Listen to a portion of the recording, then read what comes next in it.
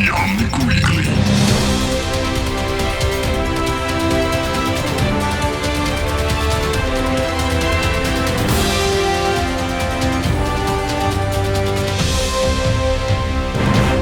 Welcome everyone, it is Sunday, October 1st, and this is episode 154 of the Omnic Weekly. It has been a while, mainly because I've been lazy. Not really. I mean, we've had some sick people in our cast. We've had me going on vacation because I needed a bit of a suntan, because I was getting translucent, and then I fell sick. But anyway, we're back, and we're back in the serious way. I mean, I'll explain it in a second. Now, usually this is the place or the moment that I introduce Hannah and or LP. LP will not be joining us, definitely not, because he is on a hike. Nah, he told us he's on a hike. His girlfriend from Germany is visiting him. So what I'm thinking he's doing, he's driving around in this big Florida man van and just kind of pointing at things. But he said he's on a hike. I'm going to give him the benefit of the doubt. Hannah is sadly still not feeling well. Hannah has been sick. I mean, she is okay. I don't want anybody to kind of worry like but she's not feeling good. Like, it's somewhere in the middle. She's definitely not good, but the whole healthcare system in the UK is failing her miserably. It's getting me pissed off and upset and ready to board the train to the UK and whoop some ass, but apparently that is not allowed. So I'm not doing that. But Hannah is slowly getting better and is taking the time to kind of, I mean, she doesn't have that much energy and I'd rather have it spend it on like getting food and stuff like that instead of yapping to me. But I can't be doing this all by myself. So we got some help from the far and exotic country of Germany. Let me introduce you to Frozen. Hey. There we go. Frozen's debut on the podcast. She has been a listener of the podcast. And Frozen has been a helping hand in the Omnic Post community. She has been helping me with posts. And if you join our Discord or my Twitch channel, she will be one of the first people to speak to you. She's one of my mods and very welcoming at that. So it's my pleasure to welcome her as a replacement for Hannah. Which sounds so... You're a replacement of Hannah now, Frozen. No, I mean, as a I don't know. I mean, it's not the idea of having a temporary member. We've all known that the cast has been sometimes a little imbalanced. Sometimes it's me and Hannah. Other times LP joins, and I think Frozen will help out to kind of balance things out and be that third voice on the podcast. Yeah, I've been yapping already. It already started. But how you doing, Frozen? I'm okay. A bit sniffly around the nose, but what would it be a podcast without someone having something? Oh, yeah. Look, I myself am still very sniffly, on top of the fact that I had I'm pretty convinced it's still convinced rather that it was COVID, but on top of that, I've been working in the garden today, which is such a bad idea to do right before the podcast. If you start trimming hedges and whatnot, and all the what do you call them? The little particles, I don't know what to call them in English actually, but I mean, I'm clogged up as a motherfucker. I can curse. It's the podcast. I forgot this. This is not the stream. As a motherfucker. So yeah, I'm also. You're not alone. Now, first, people don't necessarily know you. I know a few of our listeners will know you, and they'll be. We didn't tell anybody that Frozen was going to replace Hannah, that she's going to be joining in. Yeah, and some of her friends are actually listeners of the podcast, so those are going to be probably jumping on Discord right now and yelling. There you go. But tell me, how long have you been playing Overwatch? Boy, I was kind of pulled into it by 2020. Pandemic hit, we were staying home, I needed something to do, and a friend of mine actually bought me that game and said, well, you're gonna play with me now, and yeah, that was a rabbit hole I fell down into. Yeah, look at that. And now you're kind of part of a community that is also focused on like one important question for any Overwatch player: what is your main? Anna. Yeah. Very important. The old grandma lady who puts you to sleep. Yeah, exactly. I knew the answer already, of course, but you are an Anna main, so that is going to be an interesting, new angle. LP is more like myself, a Lucio main, and Hannah has always been more of a Diva Mercy player. So it's going to be good to have the old lady represented in the podcast. Some backline information. Exactly. That old sneaky lady hidden in the back that probably knows a lot more than anybody else. So this is going to be good. But welcome and thank you very much for helping us out. For wanting to be a part of this. Yeah, no, my pleasure. Let's see if you still enjoy it by the end of this after me yapping for an hour. Now, before we get started, there's something I need to kind of share with you guys that I need to pimp. It's something interesting. I don't always feel comfortable doing this, but that's just my nature. But look, as I've been telling a lot of people, I recently decided to focus full time on everything content, and that is, in the biggest part is the Omnic post, of course. And people have been asking me how they could help out with this adventure, how they could support me. And some people had suggested to set up a Patreon. So that's what I've been doing in the last few months. And today, on this day that we're recording this on October 1st, I launched the Omnic Post Patreon. And there's a special tier. There's a lot of tiers. And I really did my best to make the rewards, as rewarding as possible. That is kind of a weird way to put it. But I want to make sure that you get something back in true value for whatever you do. Oh shit, I should have brought the stickers with me, but there's like stickers that people are going to get at a certain tier. There's one on my desk right now. So people that are listening to the podcast, look, this is why you need to take your ass to YouTube and watch the video podcast. And then you can see this beautiful Torbjorn pumpkin sticker that I made. He looks gorgeous. He looks gorgeous, right? He probably smells a little bit, but I think that to be honest, I think the real Torbjorn also smells a little bit. I'm going to get flamed for that. There are some other stickers that are sadly not on my desk right now, which is a shame, a bit of a waste. But you can check them out on Patreon. I made a post about it where you can see them. I've been sharing them on Discord. There's a lot of different rewards, but there's also a tier especially for the podcast listeners. I know not everybody that listens to this podcast watches my videos or follows me on Twitter or on Instagram where we post the news. So I kind of wanted to make sure that you guys have a separate tier where you'll get some extra content. You'll be able to watch, starting next week, you'll be able to watch the live recording. You'll get the episode a day early, stuff like that, on top of just being supportive and helping us grow this whole adventure and this whole brand. So go check it out, patreon.com/the Omnic Post, and check out the tiers. Worth it. Check it out. It's really funny. Yeah, just read the text already. It's the kind of and I just launched it this afternoon and already been getting some really good feedback and a lot of people joining already. At some of the higher tiers where I was like, yeah, do I really need this higher tier? Is somebody going to buy that? I think it's already the most popular tier, so that's kind of nice. That's kind of good. I have a supportive community. I love them. They're amazing. I'm going to take a sip of water before I kind of dry up. But now that we get that out of the way, this is an interesting time to be doing a new episode of the podcast. It's good that we came back today, Frozen, because let's be honest, there's a lot happening right now.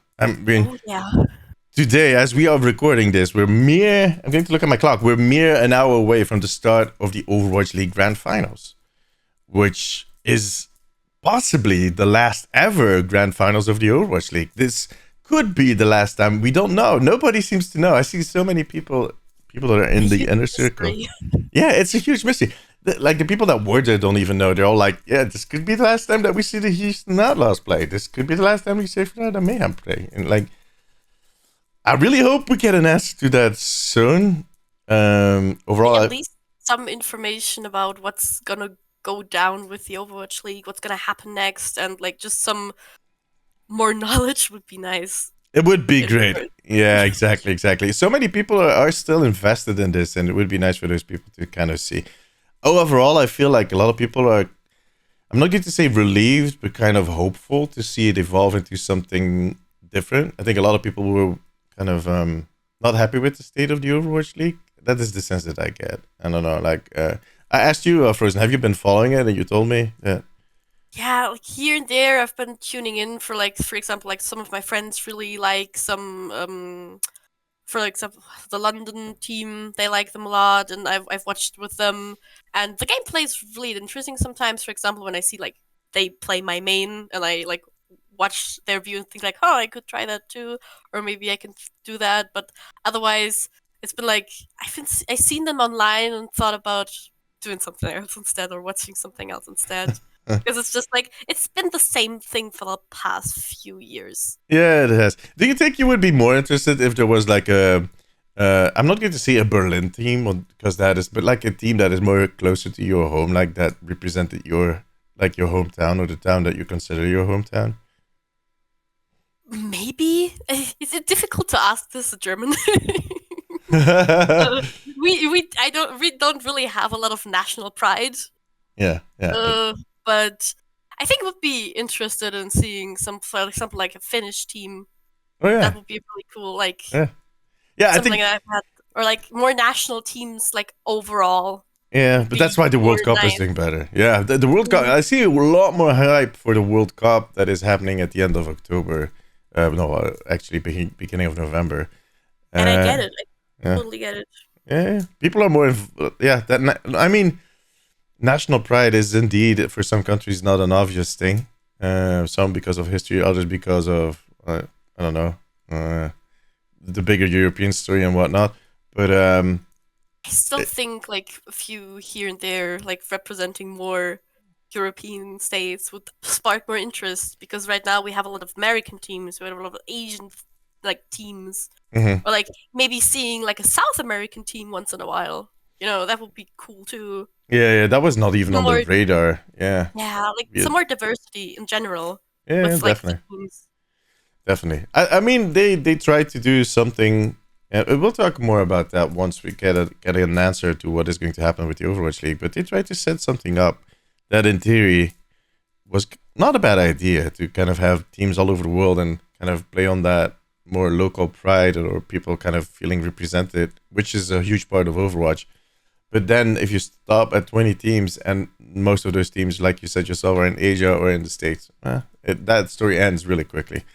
And I think they need to evolve to a story. I've said this before, where they bottom up, like where they have these teams, the contender teams, where they give them the chance to kind of basically upgrade towards something bigger, something more professional, where they get the means and the support and the framework to do something bigger, and basically have those small teams with just a group of friends that start playing together over the years, evolve into an Overwatch League team. That would kind of be cool. Those are the kind of the stories that people are interested in. Those are the stories that are made into movies. There's a lot of potential there that's not really being used. Yeah. Because I mean, first of all, because Overwatch is such a different shooter, I don't think I would have played like any other shooter. But Overwatch just has this different kick or different thing about it that a lot of people love so much. Maybe it's the ADHD, but well, who knows? But like in general, Overwatch could have such cool stories about like teams and people, and it's just, hey, this is a group of people from Texas that are gonna play now, and have funny names. Yeah, funny names. None of them are from Texas, actually. Yeah, that's also a thing. Like some of them aren't even from the state that the team is supposed to be representing. Well, most of them, yeah, exactly. Yeah, no, that's true. Another thing about Overwatch is that it is a kind of it could be interesting stories, but when it comes to gameplay, it is really difficult to watch. That is still an issue. I still see people complaining about that. For us, it's kind of easier because we play it on a daily basis, and we are kind of involved, so we understand what all these characters are doing. But for someone that doesn't play Overwatch, it's just like, is that a monkey? What is he jumping to? What is he doing? That old lady seems to be pissed. I got the perfect example of like I showed my friend who's mostly plays PS4 games like Spider-Man and stuff like that, and I showed her the Overwatch League once, and she was so confused of what was happening. Like, because by now I could like differentiate what was happening by the sound of the game because we're so used to it, we're playing it so much. But I know how much chaos it can be and how confusing it may be for others. Like some other games might be easier to watch or understand.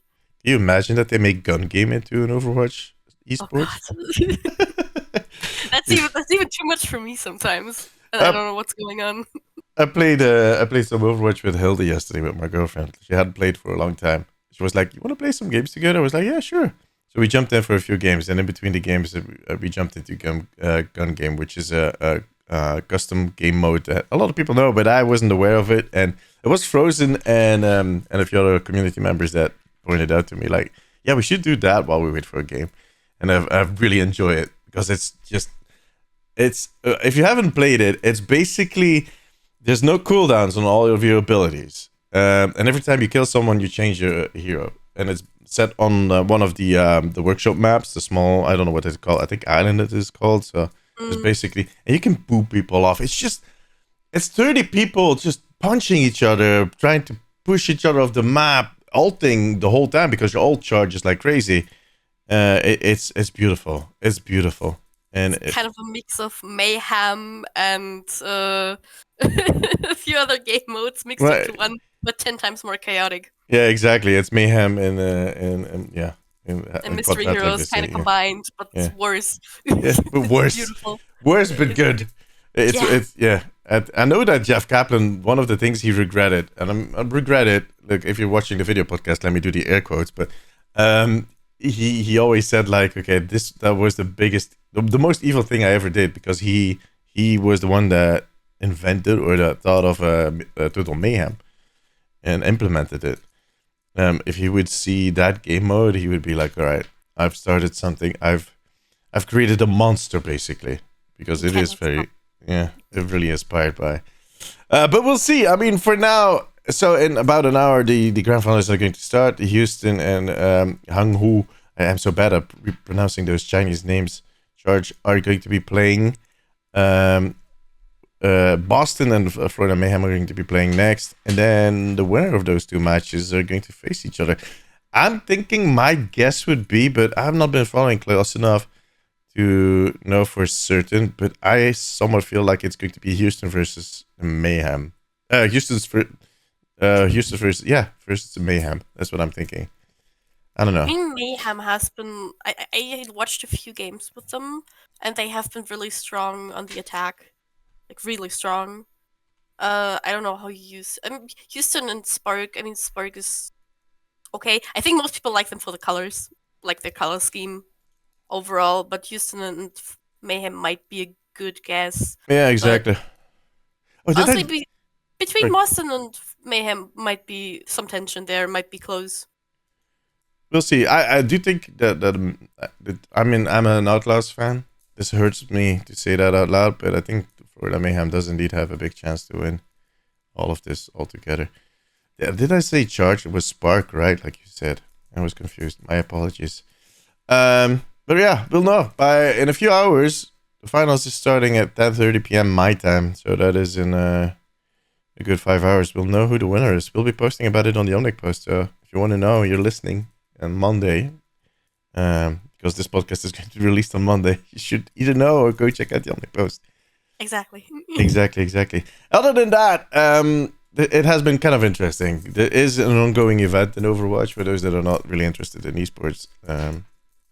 There's, of course, still the game that you can play. And the anniversary event is in full swing. We're in week 2. We're going to week 3. Now, if you recently jumped into the game and you're like, wait, what? There's an anniversary event? I wouldn't blame you for being slightly confused. Because this has felt the least of an event ever in Overwatch. It is true. It is. I mean, they brought back some of the game modes. They brought even 2CP Assault back for a week. And I know it has been in the arcade occasionally, but now they brought it back for a full week with all the spotlights on it. It is still open queue, but doesn't matter. It is back on those maps. Yeah, and it was kind of nice to be playing those maps again. I really missed that mode. I had like the first few games we were on those maps. Like, for example, I think the first game we were on Anubis. Like, everyone in chat in the game really said, "God, this feels like coming home," because like we were so used to those maps. And last time we played it, this was like Overwatch 1, and I remember vividly like some of those maps were like our last games on the game. And then, like, coming back with those different rosters and, like, new possibilities and everything was so intriguing. Yeah. It felt like being thrown back a year, but in a very different way, like an alternate universe of the past or something. Which was super fun for me, in my opinion. Like, could be like, oh, they just use, like, some people I heard them talking about, oh, an old game mode, I don't know, just throwing it back into, like, some people were also like, oh, do they make the 6v6 again? Please don't mention that again. 6v6 no, just no. Thank you very much. It is kind of crazy that a year in, people are still kind of hung up on the fact that it's 5 versus 5 now and not 6 versus 6. That a lot of the issues are kind of. I made a whole video recently about how I'm disliking playing tank right now, and I already mentioned in the video, like, you're probably going to say it's because of 6 versus 6, and I can follow you to a certain extent in the point that not all the tanks have evolved enough from 6 versus 6 to 5 versus 5. I still prefer 5 versus 5 over 6 versus 6, but I do think that the tanks need to evolve a little more in that direction to make it work.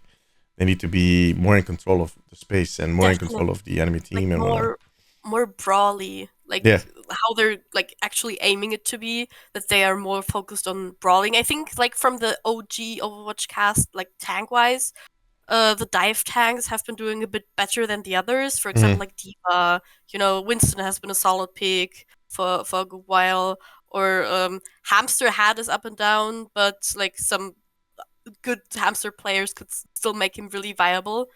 But, like, the dive tanks had an easier time adjusting to the new playstyle than, for example, like, others. Yeah, definitely. Like, I am a Reinhardt player, and I really enjoy playing him. And I still, I mean, if I'm playing with a full group, I can still enjoy it. But in a random group, it's just a huge pain in the ass. There are moments where you can still kind of shine, and you kind of manage to take control if your team kind of sticks together with you, and you kind of make it work. But overall, it just doesn't feel the same. He doesn't have that position to kind of control the chaos. He can't direct anybody. He just is there, and then he needs to be super aggressive to make a bit of a difference. But if you don't have the supports to kind of make that happen, well, forget it. You're done. And that's over for Reinhardt. And then people switch to Orisa. Orisa Orisa and Zarya are the hot picks right now. After the latest patch, they have both been so dominant in everything. And I actually have to be honest, I admire and applaud everybody else that switches to another hero that decides to go, fuck it. I'm not going for the horse. I'm going to be playing a mantra, or I'm going to be playing, Sigma. Sigma is still kind of okay. But they still go for their own kind of stubborn picks.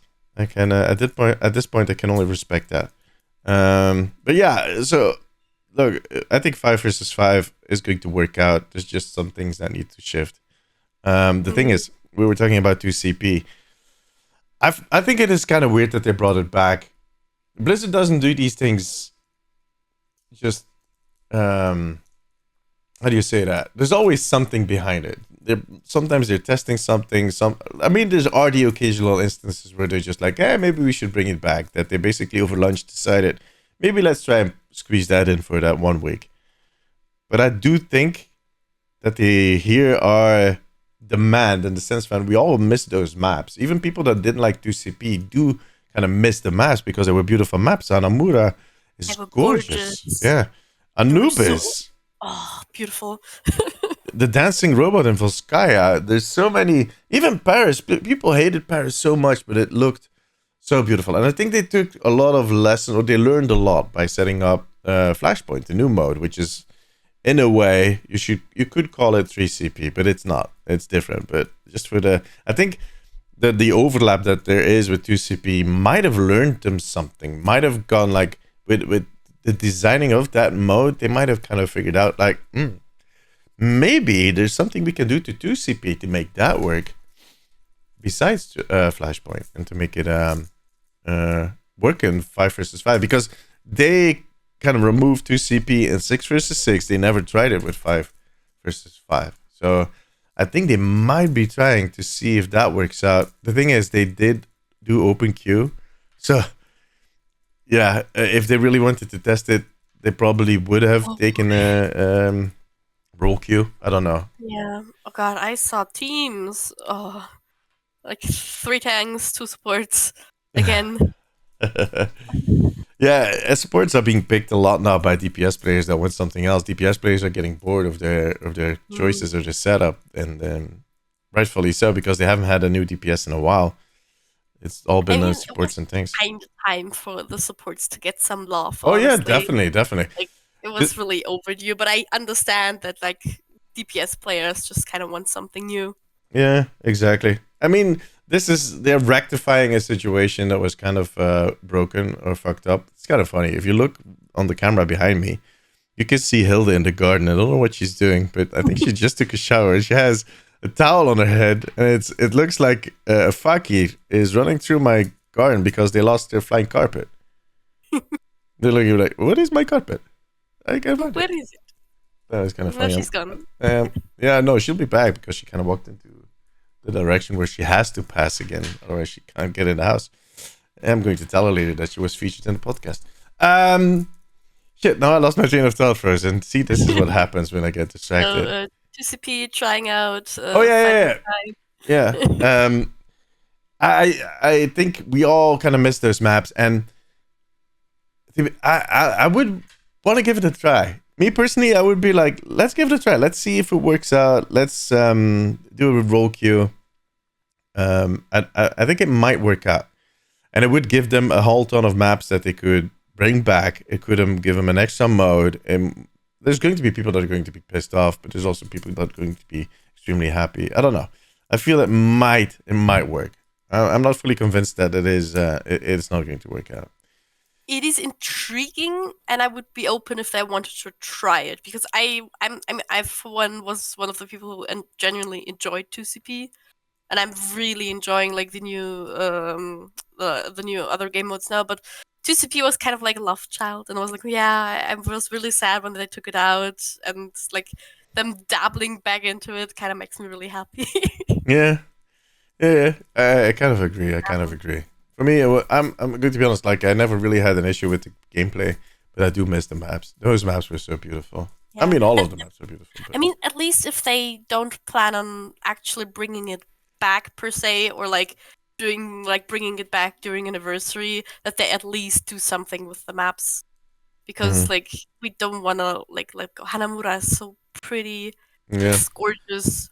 Well, they did say that they want to reuse those art kits for other maps, not even all Flashpoint maps. They want to use them for different other modes, but that is going to take time. I mean, I think they were already working on the map for Season 11, so to speak.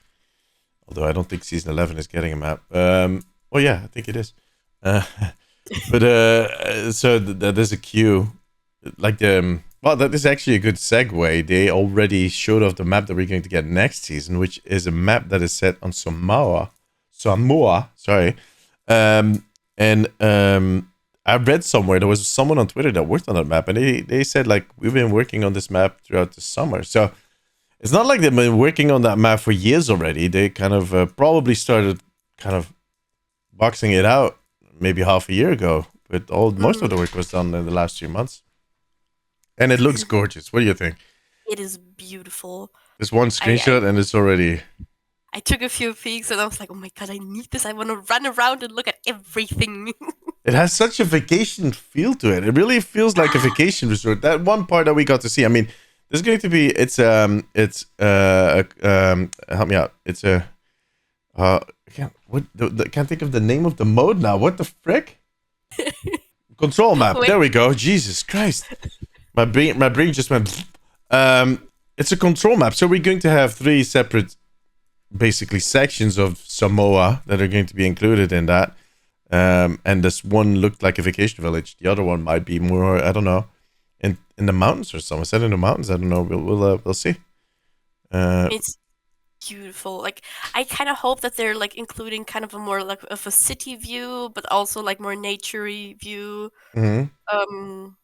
But like it has so much potential to be absolutely gorgeous. I mean, I love Numbani too. Kind of like the setting, the scene. Like this is kind of seems like another level of that. Oh yeah. Definitely. I mean, I've never been to Samoa. I've definitely seen a lot of reference to it. Not even too long ago. I was watching TV yesterday, and there was this whole. I even was swiping on TikTok this afternoon. This was really weird, and there was a Samoan metal band that was on TikTok. Wow. Yeah, that kind of mixed metal with their cultural, more their own music, which is kind of interesting. This is kind of That's cool. yeah, but Frozen, think about this. You like the harder kind of music yourself too. Why is it that if like the Who, that is a band from Mongolia that mixes metal with their own cultural references. Then we have Bollywood, that's an Indian band that does the same thing. Then I had this band, which the name kind of escapes me. It's always interesting. We as Europeans do it. It's just metal. If we introduce any of the classical instruments to our music that we like, our heritage, like our cultural heritage, into metal, it's just metal. There's nothing that changes. It's just like, oh yeah, that guy is playing a bagpipe. Good job. It's not violent. All right, we've not heard that like 12 times before. But anyways, I digress. It's just kind of a coincidence that suddenly I get all these Samoan things thrown at me.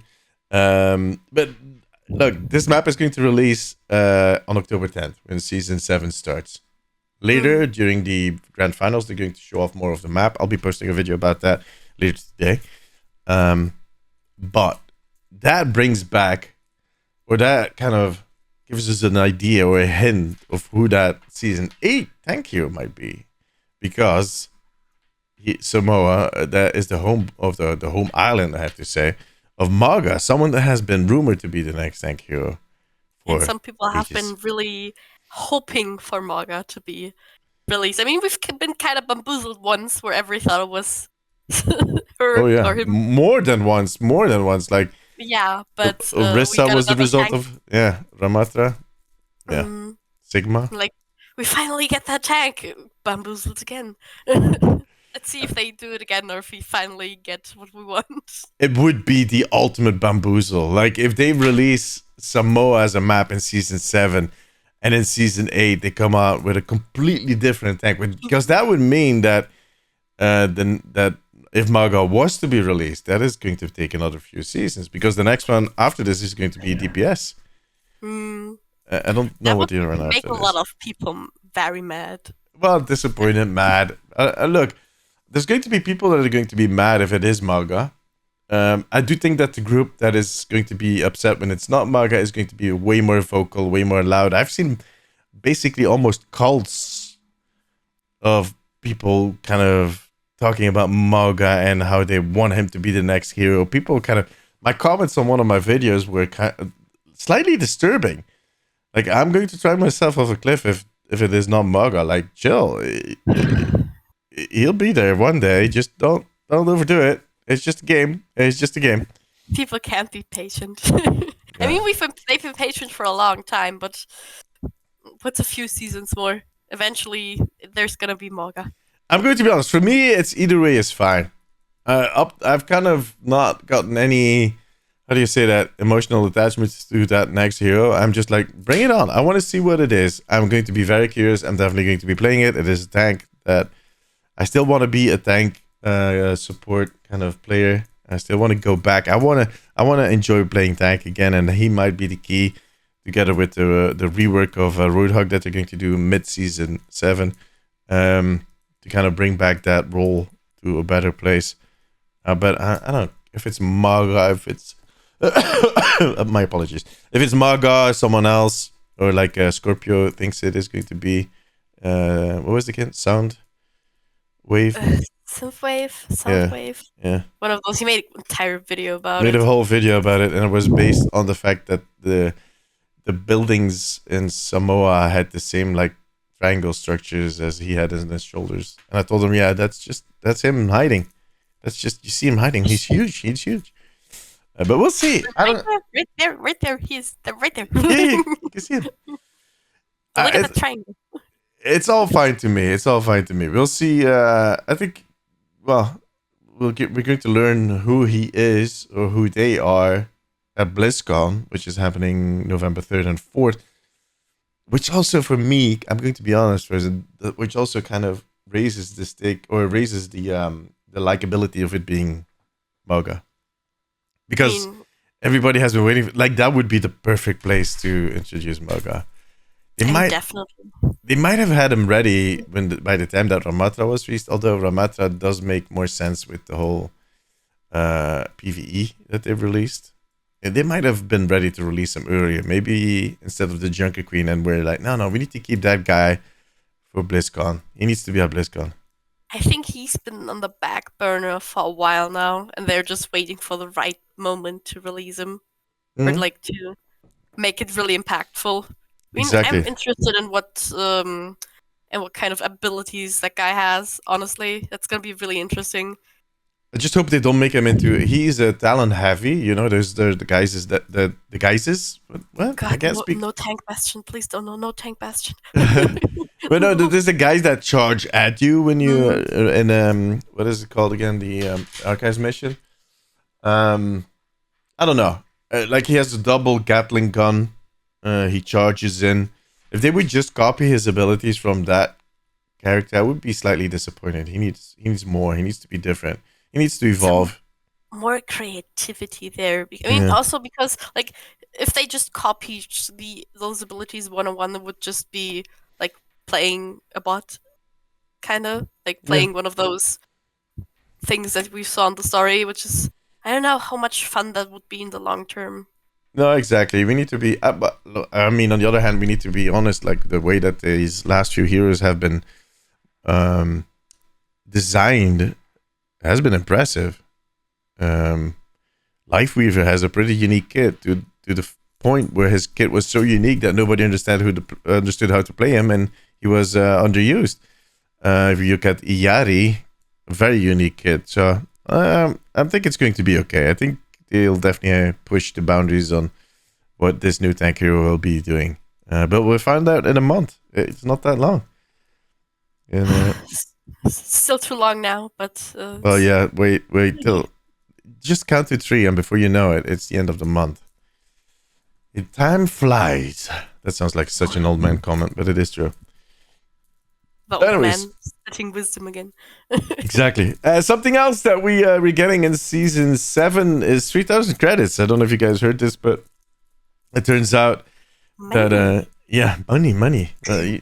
Look, there's definitely something has been going on. Something has changed.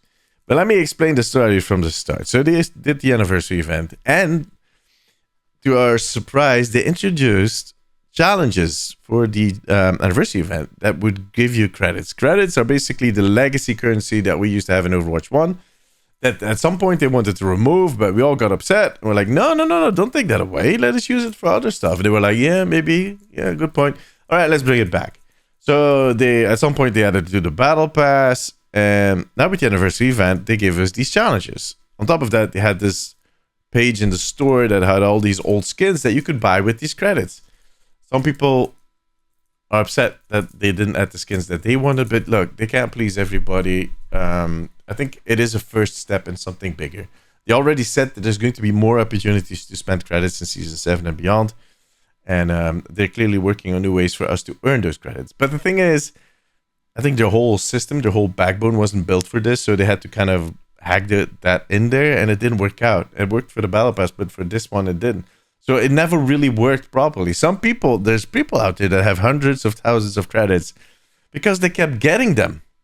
Or they got a crazy amount, or they just got random credits out of nowhere. So it was broken. So what they did is they disabled those. Well, you can still do the challenges, but you won't get the credits. But with the start of Season 7, if you log in the first week of Season 7, which is starting on October 10th, you'll get 3,000 credits. No matter if you completed them, no matter if you've gotten a shit ton already because of the bug, everybody's getting 3,000 credits. And you can say about Blizzard whatever you want. You can say about Overwatch whatever you want. But that is kind of a nice move. Just go like, all right, we fucked up. You know what? Everybody's getting credits. We're not going to take the time to shift to who is getting them and whatnot. Everybody's getting them. I mean, it's just better way of saying like, hey, we're sorry, this is kind of botched up. Like, instead of trying to like take everyone's credits away, just here like as a little gift to everyone to like even out the playing field, just give to everyone like the same amount. Yeah, exactly. Nobody can complain about the fact that someone else got more, that is, I mean, if you're a 12-year-old toddler, you'll do that. But if you got what you kind of you would have earned anyways, there's no reason to complain. I don't even remember this, but at the start of Overwatch 2, there were a lot of people that got competitive points out of nowhere. I don't even remember this. No, I remember this. I remember some friends of mine getting like ungodly amounts and they spent them all really quickly. So like They never reverted that. They never talked about it. They never turned it back. It was just like, all right, you guys got a lot of golden weapons. It's fine. So they don't really care too much about that. But I do think that this is an interesting move, and it shows a shift. And all right, people can complain whatever they want. The challenge. This is not an indie company. They should be able to have those challenges work from the start. You're right. You're right. I completely agree. But this is development. Things just go different sometimes. And on top of that, I think they're in a phase where they're changing a lot of things up, where they're going where they're distancing themselves a little bit from that original model that they used, and that they understand that if they want to have this game grow, that it doesn't pay by trying to charge for everything. And look, I think I've said this on stream, and I'm going to say it on here again. I think Bobby's grip is slowly loosening, because next week, this week, the week that started now, we're going to probably get the final call. It is going to happen. Microsoft is going to buy Activision Blizzard, and Bobby is going to be out. And I think in these last few weeks and months, his grip has slowly been loosening because he's been preoccupied with other stuff. They have been restructuring, they have been reorganizing all over the company. Some with the result that a lot of people at the Hearthstone team were fired. But that is part of the whole, I guess, whole corporate thing that happens everywhere. But anyways, I think his grip is slowly loosening, and that the people that make the game, the people that love their community and that are not in it for the money, but are in it to make awesome games, their voice is being heard again. I mean, it is moves like just gifting us in-game currency that kind of could indicate that, because if like he still had a huge say in this, I don't think we would have gotten that amount of, I don't want to say generosity, but kind of like they didn't used to admit their mistakes and owning up to them that much than they do now, which is kind of refreshing to see, which is nice because transparency, I'm always like an advocate for transparency, but also it's kind of nice, and then like it's exciting to see like how like where that's gonna lead, because like I mean mistakes are always gonna happen, and with if you change a lot and like if a lot of change is happening in general, but owning up to those mistakes is another kind of thing that not everybody can do or has like the pride like doing. The balls to do, yeah, exactly. Exactly, like, which is the kind of a positive thing for me that like in how they handled this now. Yeah, I totally agree. I think the Diablo team kind of started out with that. When Diablo 4 released, there was like a back and forth. Everybody was super happy, and then there was a huge backlash. And then they reverted that backlash by kind of owning up to their mistakes and going, okay, we made a mistake. We understand. So we're going to revert that. And I think these are all signs that, I mean, it's not like Bobby is involved in every single decision at the company, let's be honest. But he has his goons everywhere. He has his paws on everything, not directly, but by the people that he put in the company and the people that he put on certain spots. But those people are slowly, I think, being removed, and slowly kind of stepping away and looking at new opportunities, other places to bully people. So I don't know. I am optimistic, cautiously optimistic. Let's keep it at that. That something is shifting, and ideally, we would go to a situation where premium credits are used for the things you want now. If you want to get that one skin for your main right now, you'll have to pay for it. If you can wait 6 months, look, you're going to be able to buy it with credits in 4 to 6 months. It's going to be returning. At that point, it's going to be buyable with credits. Those credits, you can earn them by playing the game. So in other words, you can, if you're patient enough and you put in the effort, you can earn that skin in the long run. But if you want it today, if you want to equip it now, you'll have to pay. And that is something I can live with. I mean, exclusivity is something you pay for everywhere. Like you pay $3,000 for a flight in business class that costs you like 400 in economy. I mean, that would also bring back one of the things that I really liked about Overwatch in the first place. Like, the people used to like collecting all the skins and like having all of those and like those collections. Like, oh, I have this character full, and like that wasn't really possible now with like having to pay these like with for these skins. Like, even if you don't play a character or you're not that interested in it, but you wait 6 months and you can pay for it with like credits you earned by playing anyways. And like you don't really play that character, but you really like that skin and you can get it still, which is like that's really nice. Yeah. For example, like I would get the Ana skins right away because I just love them Mm-hmm. mostly. But like I don't play Cassidy, but he has really cool skins, so I would probably like think about it Yeah, yeah. if I had like the money left over or like the legacy credits left over. Well, good luck to everybody that wants to collect all the skins. Just even if they make everything purchasable with credits, you're going to have to put in a lot of work because there's a lot of skins now. That is something that we throughout the whole drama that we have kind of lost touch with, is that the amount of skins that have been coming out It's crazy. is insane. Is insane. On a weekly basis, there's new skins. Like I remember back in the day that we looked forward to the events. There were like 6 events every year, and we were looking forward to these events because they would add skins. And then we would get 5 legendaries and a few epics. That was it. And then we were ready. Wait, again. That's just what a lot of people seem to keep forgetting, that the amount of content we are getting now is like not even comparable to like back then. Like the amount of things we're like seeing now that I knew now is like just insane, and I love it. Yeah. Well, I think everybody was still looking at it through a filter that is well, the whole negativity, I mean, there is a lot of things that we can comment on that were not done right. The whole launch was a mess. There's been a lot of things that I agree with that were not correct. But you need to be able to look at every single fact from a neutral standpoint. And that is something that a lot of people lost along the way. And everything that comes out about the game now, like when I made a video about the 3,000 credits, there's still people that are like, yeah, no, I don't care. Nah, it's too late for me. Like, no, because you're still commenting on videos about it, so it's not too late for you, but you still want to kind of echo your frustration, which is perfectly fine if you want to do that. I don't have an issue with that. But I do feel, on the other hand, that we're slowly getting out of that hate wave or that negativity vibe. I feel like it is not as trendy anymore to hate Overwatch, like Hannah puts it so beautifully. I mean, I think it has a lot of things to do with the amount of new players, especially like this season. I feel like we have been getting, since I think the Steam release, like it's really ramped up with the new players, and that's was kind of good for the game. There has been like issues of like people playing in the lobby of like new players and completely owning that lobby, like as a veteran. But otherwise, like the amount of new players that don't even know about like the past of Overwatch or like are just getting into the game now and think, oh, this is cool. Yeah. It's really refreshing. It's just nice. Yeah. I can see it on the numbers, like everything, like videos I post and whatnot get a lot more views now. People are kind of interested again. And you might be right. It might be the new players. And the new players are kind of dragging the older players that were already kind of on the fence with them, because they are having more fun now, because everybody's being more positive.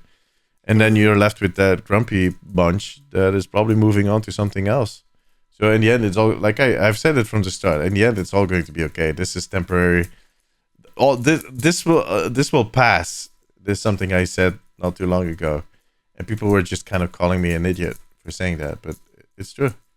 I've been through all these situations a million times because I'm old as fuck. And it keeps happening over and over again.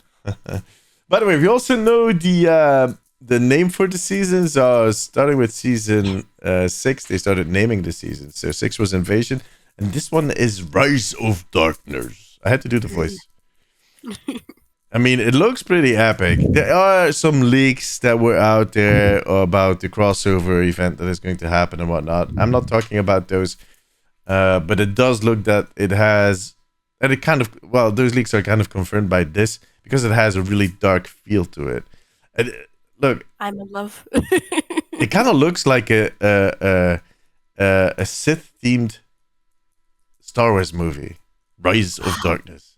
Yes.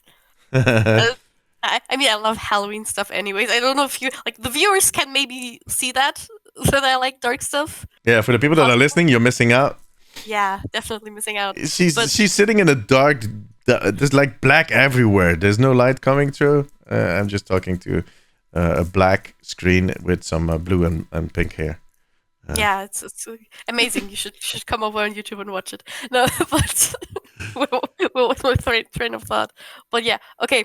So I love Halloween stuff. Like I think the Halloween events were always one of my favorite things because they did some of the coolest game modes on Mhm. there. Like some of the craziest skins that like kind of started the whole thing with like glowing skins and like light being introduced and everything. Like Rise of Darkness just sounds so epic from the It get does. go. It does. It does.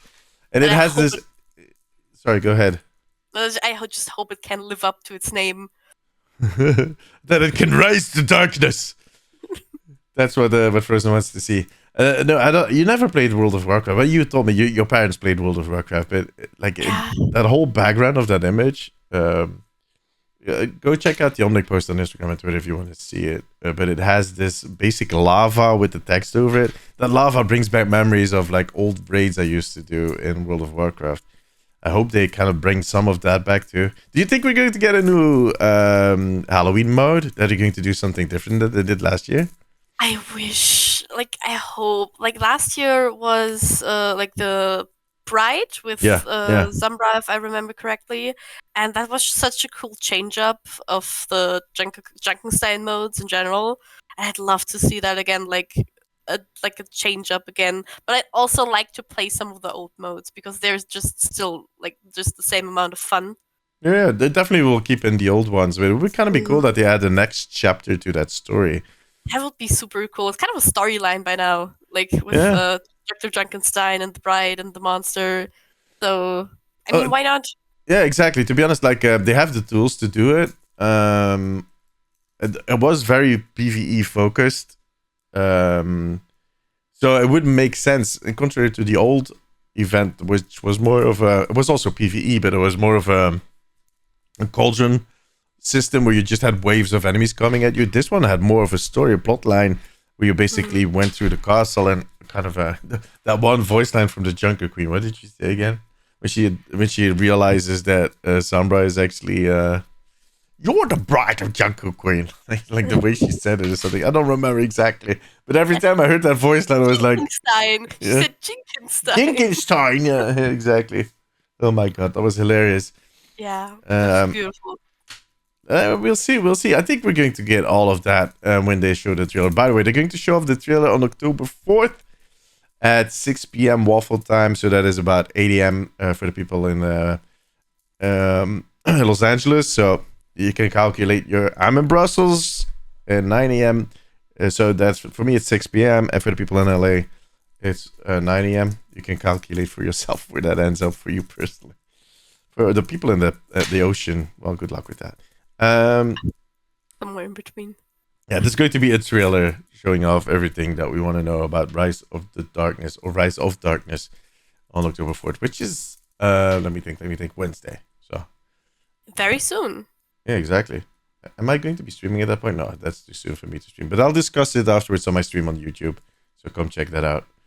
I stream on YouTube now every Wednesday, by the way. That's a good moment to maybe mention that. If you want to see me stream and you don't want to see me on Twitch because you don't like purple, you prefer red colors, come join us on YouTube every Wednesday, where I stream around 8 p.m. my time, the Brussels time. All right, but I think we mentioned everything that is actually coming and that is happening right now, including the oh so popular anniversary event. I think so too, actually. Yeah. But what is the brawl for next week? I don't remember by heart. The what? Oh, that was the summer games. Next week you can play the summer games. Oh, right. Oh god, Lucio Ball. Oh, I know a lot of people that are going to be really excited by that. Yeah, I'm not a big Lucio Ball fan, but whatever they want to do. You guys have fun. There is a small chance that I'll be at BlizzCon at the end of the month. The chance kind of rose this week, but I still don't have a final confirmation. I'll keep you guys posted. But I'll be going. Fingers crossed. We hope. Yeah. We pray. Yeah. It would be cool. It would allow me to do a lot of fun content and maybe meet some people. But but we'll see. We'll see. I'll keep you guys posted.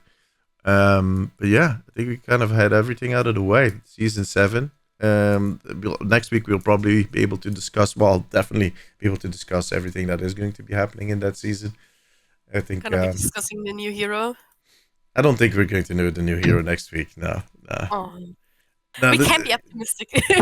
It's just going to keep it for BlizzCon. I mean, that is such a beautiful moment. I still have vivid memories of my first time ever at BlizzCon. It was the year they introduced Ashe. And one of the memories, like, I was sitting in the Overwatch League hall when they announced it, like when the opening ceremony was happening. Kind of sketch a picture, like, they have all these different stages set up. They have the main stage where they do the opening ceremony. And that's where I was at the second year. I made sure, because I realized that there's a special section that is reserved for members of the press and creators. But I didn't know that the first year, and there was no more space. I didn't know about that section. So I had to move to the Overwatch League arena, and I followed it from there. But just the vibe throughout that whole, because there's different stages, and at every stage people are looking at the big screens.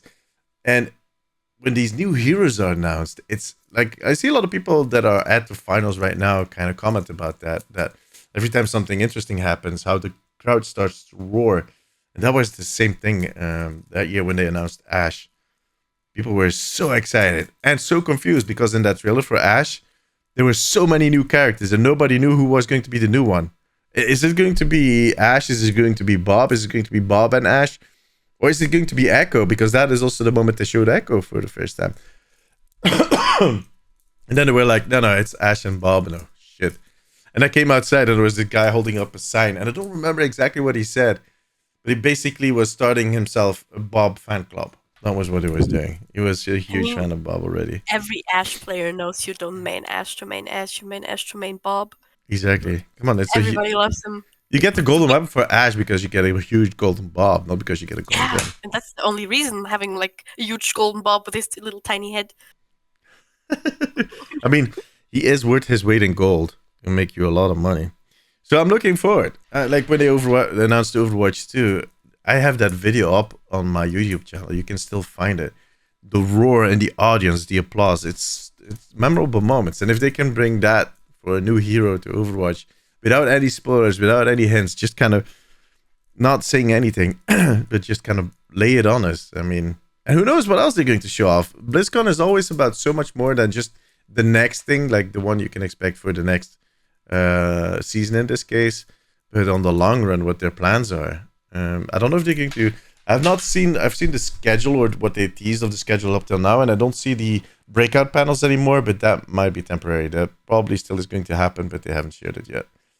So there's a lot we can learn at BlizzCon. You can watch it yourself if you want, but we'll talk more about that in the coming weeks. I'm not going to go into those details too much. All right. Let me first get a few more things out of the way. So make sure if you're watching or if you're listening to this on Spotify or on Apple Podcasts, Google Podcasts, maybe give the video podcast a chance. Go check it out. It is on youtube.com/ well, just Google or look for the Omnic post on YouTube. But yeah, youtube.com/ @Omnic post. That's it. And then on top of that, if you want to get this episode a day earlier than everybody else, or you want to watch one of the recordings, or you want to get one of the other rewards, check out the Patreon, patreon.com/ the Omnic post. There's a lot of stuff. I really hope you guys enjoy all the little get. I even introduced for the people that are in a certain tier, they're getting a Christmas card. I'm personally going to design and send to you with a personal message. So come on. Even if you just want to like, go in there and look at the tiers and look at how it's written. Yeah, look at the art and I love writing stuff like that. But go check it out. Frozen, thank you very much for being here. I hope you enjoyed your first episode. Thank you for inviting me. Yeah. Heart is racing, but I'll be fine. Yeah. Now you can take a nap. Now you can rest. Now you know what LP and Hannah go through every single time. But you did an amazing job. It was a pleasure having you. Thank you for having me here. No worries, and you'll probably be back next week. We don't know when Hannah will be back, but like I said, I think I want to kind of aim at having 3 people in the panel as much as possible. possible. I don't know why I went. I don't know. What is the name again? The one pop artist. Like a beatboxer. Yeah, I don't know. Yeah, maybe like a beatboxer. No, as much as possible. Sadly, LP couldn't join us today because it just adds an extra dynamic if there's three of us to kind of talk to each other. And I think for me, it's also really important to have the female voice to be represented in podcasts and in talking about the game, because come on, huge part of our game, a huge part of our community is female, and all these. I just hear a lot of male voices, a lot of people speaking. And let's be honest, my voice is low enough as it is already, so we need more female voices to balance shit out. Big Hannah and I are a good contrast. Yeah, definitely. All right, Frozen, this is where you basically pimp your own profile. Let people know where they can find you. At Frozen Unicorn, Twitter and Instagram, but the first O is a 0. Yeah, just to make things complicated. So Frozen Unicorn, but the first O is actually a 0. Good luck. But I'll tag her in the social media posts where we send out and in the description below, so you can find her right there. You can follow the Omnic Weekly, or the Omnic Post rather, on Instagram, Twitter, TikTok, YouTube. Go check it out. But the TikTok has been growing insanely fast right now. YouTube has not been doing bad either. You can follow me as Deemzies TV on Instagram, Twitter, TikTok. And you can follow the Omnic Weekly on Instagram and Twitter, as they'll refuse to call it hacks. But the better thing to do, look, if you want to know if there's a new episode, just make sure to subscribe on whatever platform that you're listening, and then you'll get that automatic notification. All right, guys, we'll be back next week. I hope to see you then. Till then, take care of yourself, take care of each other. Bye-bye. Bye-bye.